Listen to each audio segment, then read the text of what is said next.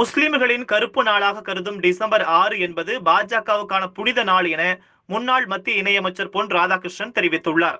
இதுகுறித்து மதுரையில் செய்தியாளர்களிடம் பேசிய அவர், தெய்வ வழிபாடு இல்லாவிட்டாலும் திமுக தலைவர் மு.க.ஸ்டாலின் ஜெயந்தி விழாவில் கலந்து கொண்டு அவருக்கு வழங்கப்பட்ட விபூதியை கீழே கொட்டியது அதிர்ச்சி அளிப்பதாகவும், பசும்பொன்னை நிகழ்ந்த சம்பவத்திற்கு மு.க.ஸ்டாலின் மன்னிப்பு கேட்க வேண்டும் என்றார்.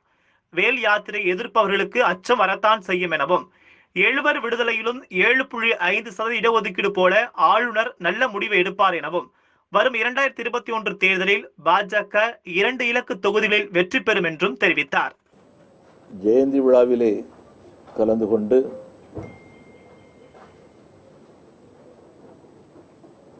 ஐயா அவர்களுக்கு நம்முடைய வணக்கங்களையும் மரியாதையும் செலுத்துவது பல்வேறு அரசியல் கட்சிகளும் பொதுமக்களும் கடந்த காலங்களில் நடத்தி வருகின்ற ஒரு வழிபாட்டு முறையாக மாறியிருக்கின்றது. ஐயா தேவர் திருமகனார் அவர்கள் தேசியமும் தெய்வீகமும் என்னுடைய 2 கண்கள் என்று நாட்டை போற்றினார்கள், தெய்வத்தை போற்றினார்கள். அவருடைய தவ வாழ்க்கை ஒப்புயர்வற்ற தன்னலமற்ற சேவை இவையெல்லாம் ஐயா அவர்களை ஒரு தெய்வீகமான உயர்ந்த நிலைக்கு மாற்றியது. அதனுடைய நிலைப்பாடுதான் ஐயா அவர்கள் தோன்றிய நாளும் மறைந்த நாளும் ஒன்றாக அமைந்திருந்தது. ஆகவே அனைத்து மக்களும் ஐயாவுக்கு மரியாதை செலுத்துகின்ற வகையில், வணக்கங்களை செலுத்துகின்ற வகையில், வழிபாடுகளை நடத்துகின்ற வகையில் ஒவ்வொரு ஆண்டும் பசும்பொன் சென்று வணங்குவதும் வழிபாடு நடத்துவதும் முறையாக நடந்து வருகின்றது. இந்த ஆண்டும் பல்வேறு அரசியல் கட்சிகளைச் சேர்ந்தவர்கள் பசும்பொன் சென்று ஐயா அவர்களுக்கு மரியாதை செலுத்தி வந்தார்கள். எந்த ஆண்டும் இல்லாத வகையில் இந்த ஆண்டு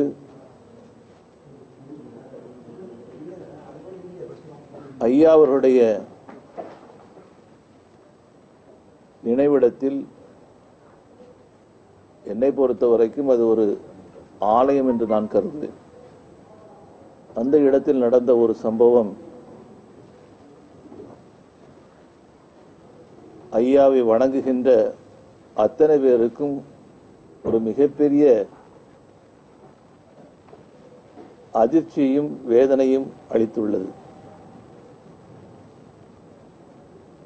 ஐயாவுடைய நினைவிடத்திற்கு செல்லக்கூடியவர்கள் அல்லது அந்த ஆலயத்திற்கு செல்லக்கூடியவர்கள் தெய்வீக வழிபாட்டிலே நம்பிக்கை இருக்கிறதோ இல்லையோ, ஆனால் எந்த ஒரு தலைவரும் அங்கே அவமரியாதையாக நடந்தது கிடையாது. இந்த முறை திராவிட முன்னேற்ற கழகத்தினுடைய தலைவர் மரியாதைக்குரிய ஸ்டாலின் அவர்கள் ஐயாவினுடைய அந்த ஆலயத்திற்கு சென்று அல்லது நினைவிடத்திற்கு சென்று ஜெயந்தி விழாவிலே கலந்து கொண்டு அவருக்கு வழங்கப்பட்ட விபூதியை சர்வசாதாரணமாக கீழே கொட்டுகின்ற காட்சியை படமாக்கி காட்டியிருக்கின்றார்கள். மரியாதைக்குரிய ஸ்டாலின் அவர்களுக்கு இறை வழிபாட்டில் நம்பிக்கை இல்லாமல் இருக்கலாம். இதற்கு முன்பாக ஸ்ரீரங்கம் ஆலயத்திற்கு சென்றபோது அங்கும் அவருக்கு அளிக்கப்பட்ட அந்த மரியாதையை உதாசீனப்படுத்தினார். நெற்றியில் அணிவிக்கப்பட்ட அந்த குங்குமத்தை அல்லது திலகத்தை அப்புறப்படுத்தி கேவலப்படுத்தினார். அந்த நேரத்திலே மிகப்பெரிய எதிர்ப்புகள் தோன்றிச்சு.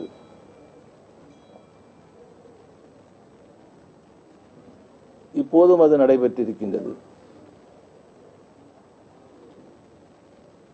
விருப்பமில்லை என்று சொன்னால் வணக்கத்தை தெரிவித்துவிட்டு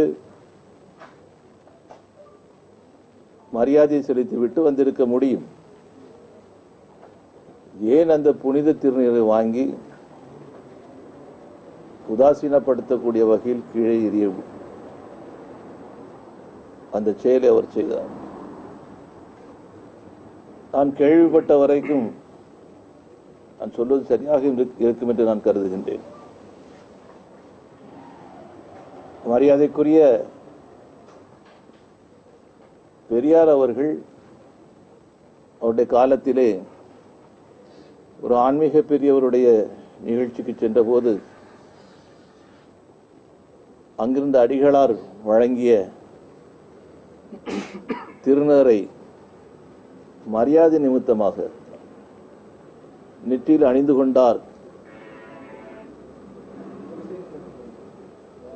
என்கின்ற செய்தியை நான் படித்திருக்கின்றேன், கேட்டிருக்கின்றேன்.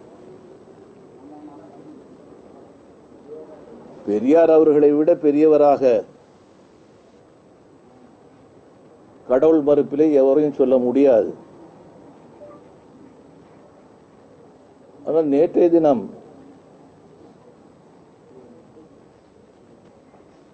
திராவிட முன்னேற்ற கழகத்தினுடைய தலைவர் அவர்கள்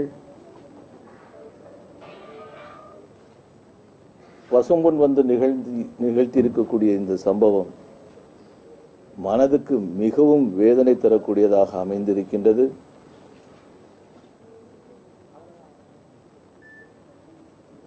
இதற்கு மரியாதைக்குரிய திராவிட முன்னேற்ற கழகத்தினுடைய தலைவர் அவர்கள் மன்னிப்பு கேட்பார்கள் என்று நான் நம்புகின்றேன். அங்கு நிகழ்ந்த அந்த என்னை பொறுத்த வரைக்கும் இது ஒரு கொடுமை. இந்த கொடுமை இனியொரு காலத்தில் நிகழாத வண்ணத்தில் மற்ற தலைவர்கள் நடந்து கொள்ள வேண்டும். யாரும் போகக்கூடாதுன்னு சொல்லல, எல்லாருக்கும் உள்ளதுதான் அந்த இடம். எல்லாருக்கும் நம்பக்கூடியவர்களுக்கு அருள் பாலிக்கக்கூடியது, நம்பாதவர்களுக்கு ஓட்டு கொடுக்கக்கூடிய வகையில் அமையக்கூடியது. யார் வேண்டாலும் போகலாம். ஆனால் உரிய மரியாதையை உரிய முறையில் செலுத்த தவறக்கூடியவர்கள் அந்த புனித இடத்திற்கு போகாமல் இருப்பது சரியாக இருக்கும் என்று நான் கருதுகின்றேன்.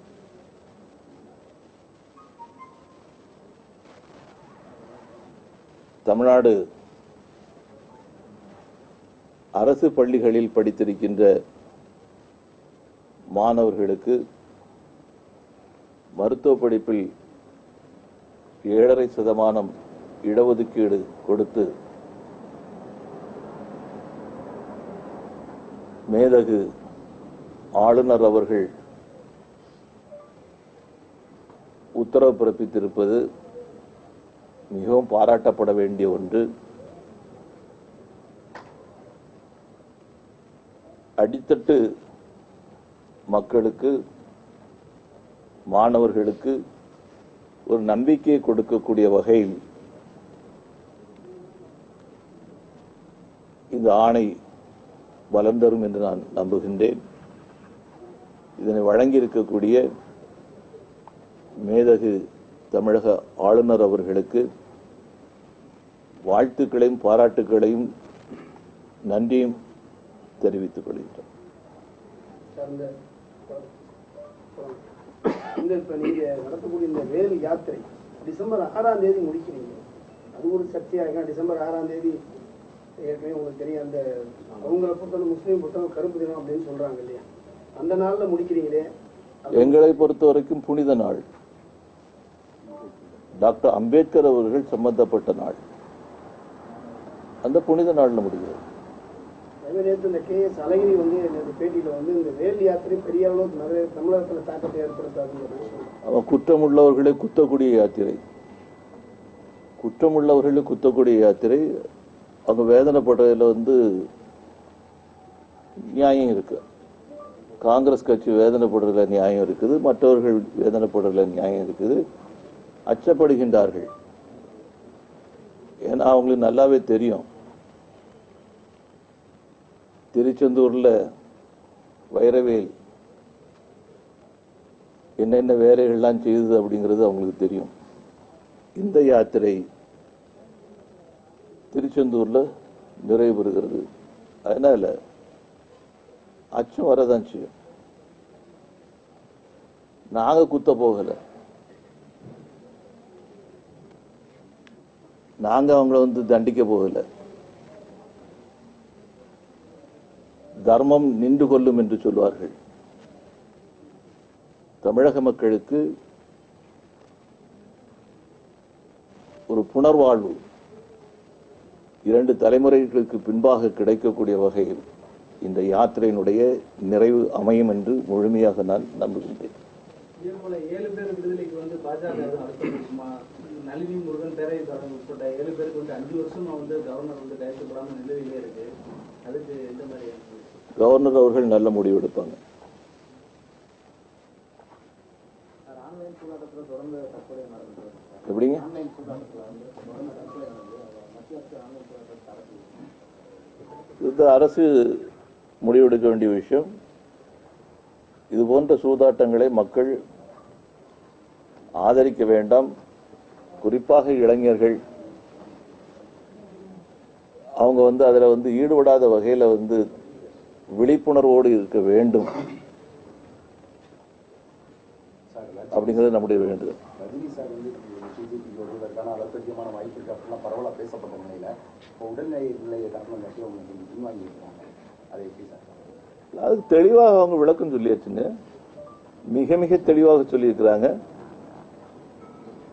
மரியாதைக்குரிய சூப்பர் ஸ்டார் அவர்கள் அரசியலுக்கு வந்தால் யாருடைய அரசியல் வாழ்வு பாதிக்கும் என்று அவர்கள் நினைத்தார்களோ அவர்களுடைய சதி செயல்களிலே ஒன்றாக இது அமைந்திருக்கிறது என்று நான் கருதுகின்றேன். அப்படி இல்லைன்னு சொன்னா மரியாதைக்குரிய சூப்பர் ஸ்டார் அவர்களுடைய பெயரில் ஒரு அறிக்கை கொடுத்து அதுக்கு அவர் வந்து மறுப்பு சொல்லக்கூடிய அளவுக்கு ஒரு சூழ்நிலையை உருவாக்கி இருக்கிறார்கள் என்று சொன்னால், ஒன்று அவர் அரசியல் வருவதை முழுமையாக இல்லாமலாக்க வேண்டும், மற்றொன்று அவருக்கு இருக்கக்கூடிய நற்பெயரை கலங்கப்படுத்த வேண்டும், கொச்சைப்படுத்த வேண்டும். இந்த 2ல் ஒன்றாகத்தான் இருக்க முடியும். 2க்குமே சேர்த்தும் வாய்ப்பு இருக்குது. 2021 தேர்தலில் பாஜக தரப்புல இருந்து எத்தனை பேர் சட்டத்துறைக்கு போவாங்கன்னு சொல்லி கணிப்பு? ஏற்கனவே நான் சொல்லியிருக்கிறேன், குறைந்தது 2 இலக்கம் இருக்கும் என்று நம்புகின்றேன். தமிழகத்துல பிஜேபி கட்சி இப்ப கொஞ்சம் கால் ஊன்றி பெரிய அளவுல வந்துட்டு வளர்ச்சி பாதையை நோக்கி போயிட்டு இருக்க சூழ்நிலையில உங்களுடைய தலைமையில 3வது அணி அமைவதற்கான வாய்ப்பு இருக்கு அப்படின்ற மாதிரி சில மக்கள் பேசிட்டு இருக்கிறாங்க சார்.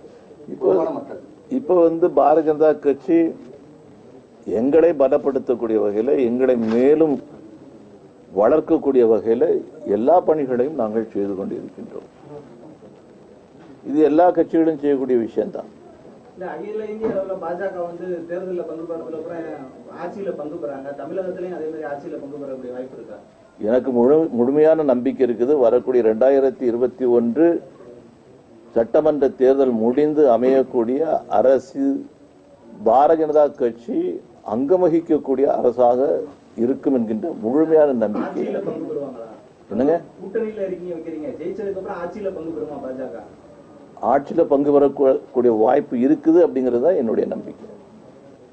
புல்வாமா தாக்குதல் சம்பந்தமா வந்து பாகிஸ்தான் பாராளுமன்றம் வந்து அந்த ஒரு அமைச்சர் வந்து பேசிட்டாரு, இந்த அரசு பாகிஸ்தான் அரசுல செஞ்ச ஒரு நல்ல சாதனை தான் வந்து புல்வாமா தாக்குதல். ஆனா வந்து இதுக்கு முன்னாடி பார்த்த ராகுல் காந்தி வந்து அந்த புல்வாமா தாக்குதல் வந்து பிஜேபி அரசு வந்து கொஞ்சம் அனர்த்தமா போய் பேசியிருந்தாரு. இப்போ வந்து எல்லா அமைச்சரும் மோடி உட்பட பிரகாஷ் ஜவடேகர் எல்லாருமே சொல்றாங்க ராகுல் காந்தி மன்னிப்பு கேட்கணும். உங்களோட கருத்து? சர்வ நிச்சயமாக நம்முடைய ராணுவத்தை கொச்சைப்படுத்தக்கூடிய வகையில் 130 கோடி மக்களை அவமானப்படுத்தக்கூடிய வகையில் நம்முடைய நாட்டினுடைய எதிர்காலத்தையே கேள்விக்குரியதாக மாற்றக்கூடிய வகையில் அவருடைய அந்த சர்ச்சைக்குரிய பேச்சுக்கள் அமைந்திருந்தன. இன்னைக்கு பாகிஸ்தானத்தினுடைய அதிகாரபூர்வமான விஷயங்கள் யார் யார் அப்பப்போ பொறுப்பில் இருந்தாங்களோ அவங்க எல்லாம் சொல்லியாச்சு. பாகிஸ்தான் இந்தியாவை கண்டு அச்சப்படுகிறது அப்படின்னு. அவர் தார்மீக பொறுப்பெடுத்து அவர் வந்து மன்னிப்பு கேட்கணும். பார்லிமெண்ட்ல அவர் அச்சப்படுற மாதிரி பேசுறாரு. அவர் பேச்சு ஆணவமான பேச்சாட்டே இருக்கு. அந்த பார்லிமெண்ட்ல அவர் பேசுனது ஒரு சாதனையா பேசலாம். யாரு அவர் பாகிஸ்தான் அறிவியல் மற்றும் தொழில்நுட்பத்துறை அமைச்சர் என்ன பேசியிருக்கிறாரு? இது வந்து இந்த ஆட்சி பாகிஸ்தான் கவர்மெண்ட் வந்து ஒரு சாதனையா பேசுறாங்க. தாக்குதல் நடத்தினது வந்து புல்வாமா தாக்குதல் தொடர்ந்து இந்தியாவுக்கு முழு அச்சத்தை ஏற்படுத்துற மாதிரி தான் பாகிஸ்தான் அரசு நடக்குது. நேற்றைக்கு நடந்த சம்பவத்தை நான் வந்து பேப்பர்ல படிச்சேன். இன்னைக்குள்ள விஷயங்கள் நீங்க இப்போ சொல்ல தெரியுது. வேற ஏதாவது அல்ல முக்கியமற்றுள்ளது சொல்ல. அதான் அந்த தாக்குதல்ல இருந்து தொடர்ச்சியா வந்து நாங்க இந்தியாவை அச்சப்படுத்துற மாதிரி தான் நம்மளுடைய அரசு இருக்குன்னு சொல்லி அவர் அவங்க பார்லிமெண்ட்ல பேசிட்டாங்க.